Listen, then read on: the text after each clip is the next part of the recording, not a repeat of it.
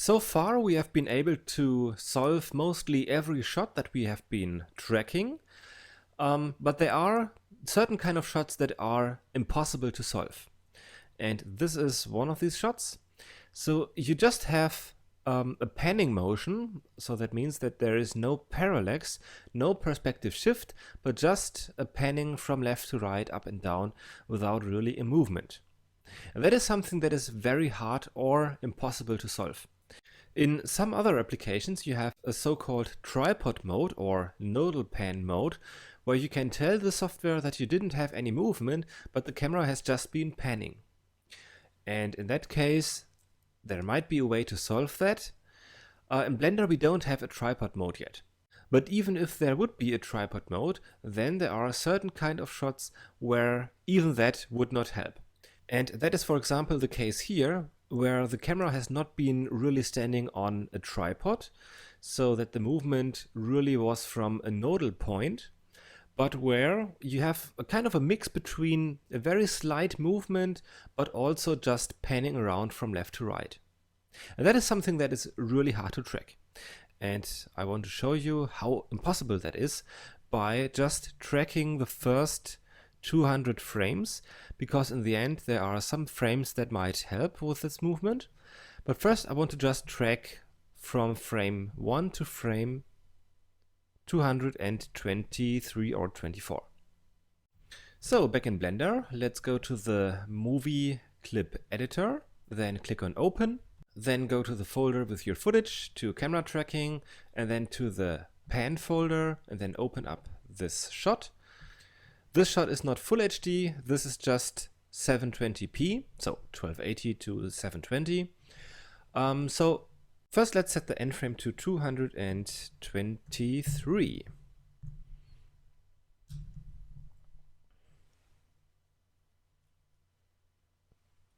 So that should be rather easy to track. Maybe the solution will be harder, but tracking that should be very easy. So I will just place some markers here and track them and then come back. In the meantime, I have tracked this shot, and in theory that should be good enough. So we have a lot of markers. We have some markers here in the foreground, some markers in the background. Everything is more or less covered. So that should be all right. There's a little problem here with that marker that I should fix. So Alt-T to fix that. That's okay. So that should be really enough to give us a decent solution. So first, of course, we have to set it to the right camera. And again, in this case, it has been the 550D.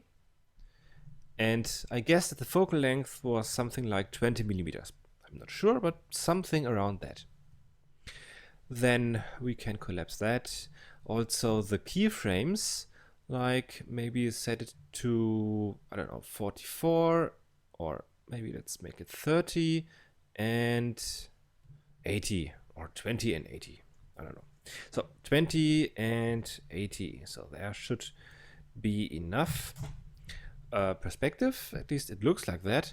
So let's see what happens if we solve that. Shift S. Aha, we are below 1, so it seems to be okay. Maybe we can trigger the refinement too. Shift S. And indeed, it is refining the solution. We are at 0.4, so that also looks correct. So let's split the view. Go to camera. Of course, set up tracking scene. That is the floor. But somehow that looks kind of weird. So that is definitely not what we are seeing here. So all these markers should be on one plane, but it's not.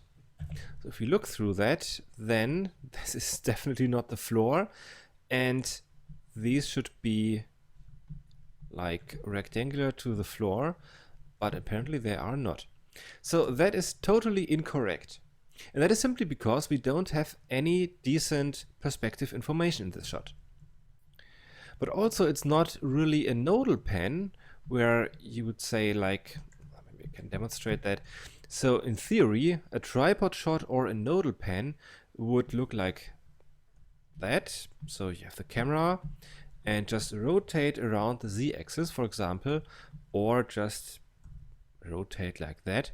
So that would be a tripod shot, and that is possible to solve with the right solver that we currently don't have in Blender.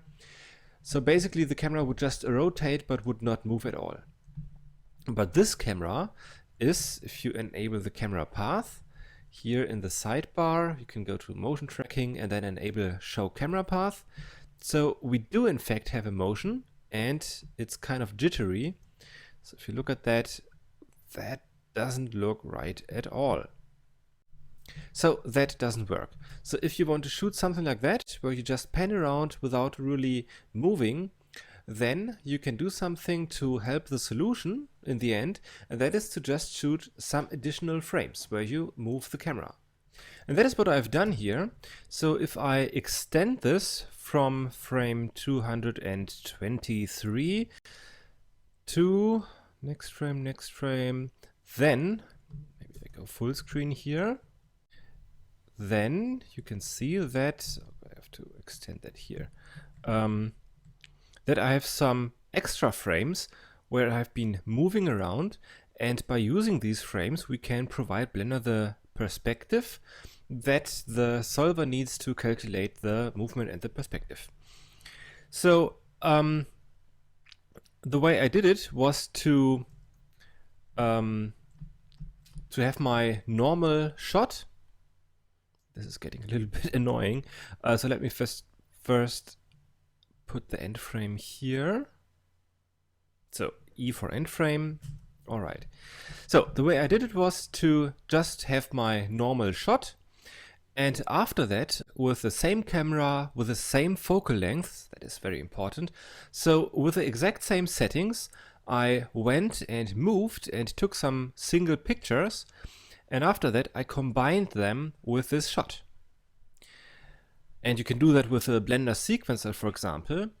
Or if you don't want to take single pictures, you can also just first take your shot. And when you're finished, you just start moving from left to right.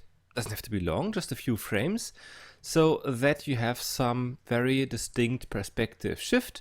So here, in that case, because this is rather far away, I really went and moved a few meters so that here we have some significant parallax. And well, the important thing is that you combine that, and especially that the camera is the same, that the lens settings is the same, so the same focal length, everything should be exactly the same, and then you can very easily combine that. And now, of course, we have to somehow also combine the tracked features. So with that, we can now go ahead and pick the single features and track them. So we need a few more frames here until we reach the single frames. So here we can now, of course, not just move it and have it automatically track. In this case now we have to really manually place that. So that is one of the reasons why picking the markers yourself and not relying on the detect features is very helpful, because when you now exactly know where this feature is, then you can just take it and now manually move it to this point. So here, and the next frame is also offset, but because it is not so far away, I think we might be even able to just increase the search area quite a bit, and now Alt right arrow, and that eventually finds something that is at least near that feature. In that case it's not, so we have to manually place it here. Alt, and in this case Alt right arrow has been able to find this spot here within the search area. So even though, yeah, that's the end frame. So even though it is really far away, we have been able to automatically track that, but of course that is not always possible. Okay, so next feature, we've got that, and now Alt right arrow, and then make the search area really big. Eventually that might help. In this case, No, we have to again place that manually. Alt right arrow, then again manually place that. And here we can just disable that because the feature is not visible anymore. And if you press L, then you can check if everything is right. So you can see that this is very tedious, of course, but there's no other way to do it. And in the end, you will have a decent solution for that. So it is a bit of work, but it is totally worth it. So let me just finish that. And after that, come back with the tracked markers. So here we now have all of the markers, and I try to really get every of these markers that we have in this panning shot and then connect it with the frames that I've added manually. So that feature, for example, now goes there, and then that is of course a lot of work. So this is really tedious, but with some good music then you can just do that, and I think it's 10 minutes or so, then you're finished. Okay, so with all these markers now tracked, let's also have a look at the curves. So A to select everything, then let's have a look here. So these are the frames during the panning shot. You can see here we have got new frames where they are entering the visible area of the shot. So that is of course here. Where is it? Here. And then in the end we've got quite a bit of motion. But this is not an error, this is just the way the movement is. So we have a lot of movement, so a lot of acceleration. And if you look here, then you can see these are not really spikes, they're just markers that are uniformly moving very, very fast. So that's why you get this.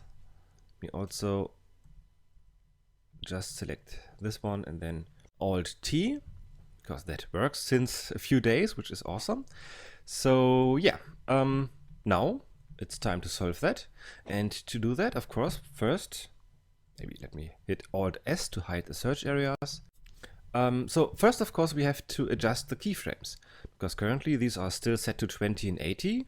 And on the keyframes 20 and 80, you don't really have any movement, you only have this panning.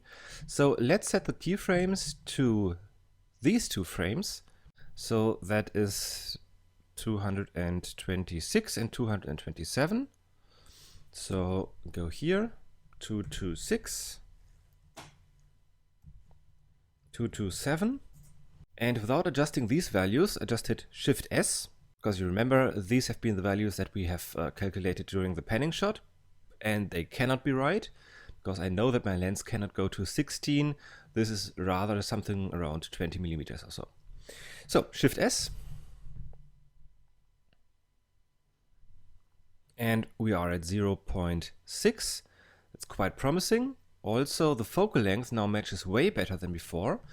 And if we have a look at the 3D view, then we can already see that this makes quite a bit of sense. So let's first go ahead and set a floor. For example, with this, this and this. So select these three markers, then go here, set floor. Then also we can set this as the origin and this as the x-axis. Let's have a look from above. Yes, and I think that's fine. And if you look from the front view, then indeed most of the markers are on the floor as they should be. Then we've got these here along the z-axis, which is also great and exactly what it should look like. So these are these three markers. So that's fine. And if you now hit 0 to look through the camera, then it works really well. You've got a few markers here that are not quite on the floor, but these have been the tracks that have been in the very near foreground.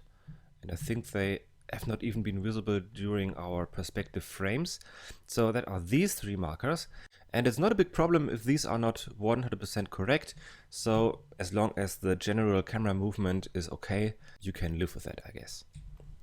Next, let's also enable proxy timecode so that here in the 3D view, we see the effect of the undistortion. And I would say that works pretty nicely. So let me bring this up. one blender unit. Also make this go more in the foreground. Then I guess we can adjust the rotation of the camera a little bit. So let me select the camera and rotate around the 3D cursor, which is currently here at the origin of the scene. If it's not, then you can also set it here, 3D cursor, set everything to 0, or hit Shift C. So now with that, we can go here, set 3D cursor as pivoting point, zoom out, and then RZ to rotate around the origin so that this line now really lines up. And yeah, it works. And it works best for the things that you add here, because if you add something there in the foreground, that is not really tracked. Because if you go back and forth, then you can see that here there's almost nothing in the foreground.